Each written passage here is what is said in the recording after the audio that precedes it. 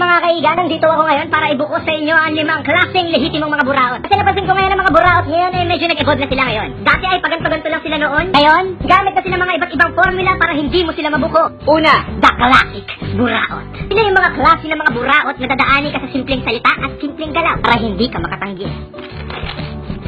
Uy, pre, pengen naman yan. Gutom na kasi ako eh. Okay.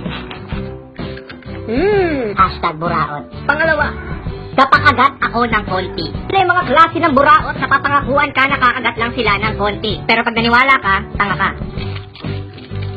Uy, tol, pakagat naman ako konti lang. Konti lang. Oh, yan. Akala ko ba konti lang? Oo nga, konti lang. Konti lang matitira sa'yo. Pasneya! Kung sa pagkain pa nga lang sinisira na ang pangako sa love life mo pa kaya? Pangatlo, the masarap ba yan, pre, buraot? Sila yung mga tipo ng buraot na tatanungin kung masarap ba yan kinakain mo. Sa pagtanong nila ay unti-unti na nilang titikman yung kinakain mo. Kaya dapat aware ka, huwag kang gagaya sa taong to. Hey, pare ko balita ko, masarap daw yan. Oo nga, masarap-sarap naman, bakit? Hindi naman masarap yan eh, sabi-sabi lang yun eh. Dito na total, masarap to. Pre, hindi ako naniniwalang masarap yan. Dito, tignan mo, tikman mo. Hindi ka masarap pre, parang ano, may maalat na ano eh. Tangina pre, hindi talaga masarap. Hindi talaga, promise. Huwag kang bibili nito. Ika-apat, the konsensyador. Sila yung mga buraot na pag hindi mo pinagbigyan, dadaanin ka sa konsensya. Mag-ingat ka. Sila yung mga buraot na uungkatin yung mga ginawang tama sa'yo para sumbatan ka.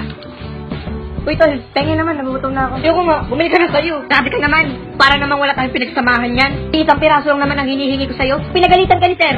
Di ba sinalo kita nun? Nahuli ka ng girlfriend mo, nanonood ka ng bold. Inako ko yun. Mga oras na gipit ka sa pera, pinautang kita. At nung panahon komang ka, di mo magamit mga kamay mo. Nung umihi ka, sino nagpagtama na? O, ito na, ito na. Sino? Bibigay ka rin pala eh. Pang-5, itong teknik na to ay palamak sa mga buraot ngayon. Kaya kung may kakilala kang ganito, punahin mo na. The Daldalizer. Sila yung mga taong dadaldalin ka. Kukwentuhan ka na kung ano-ano kahit wala na kwenta, maburautan ka lang. Pre, pengen naman ako yan. Sige tol, wala dito lang mga. Kunti na lang kasi ito eh. Alam mo ba kanina napagalitan ako ng teacher ko? Sinagot ko lang naman ng tama yung tinatanong niya. Sabi niya 1 plus 1. Sinabi ko integration of 32x, end of view. Naman kasi integration yung sinagot mo eh, 1 plus 1 lang naman. Eh ganun kasi talaga pre. Marami kasing moon sa Jupiter. Moon sa Jupiter? Anong kinalaman nun sa math? Hindi mo kasi alam, hindi mo nagigit.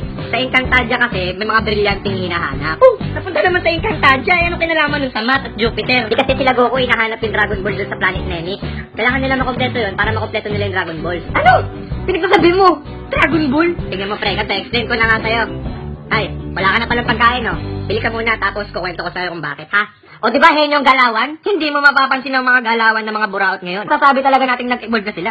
Para na silang nambubudol ng kapwa, makakain lang. Kaya kung may tropa kang ganyan, itag mo na ngayon. Sampalin natin yung mga yan. Sa mga buraot dyan, bistado na kayo.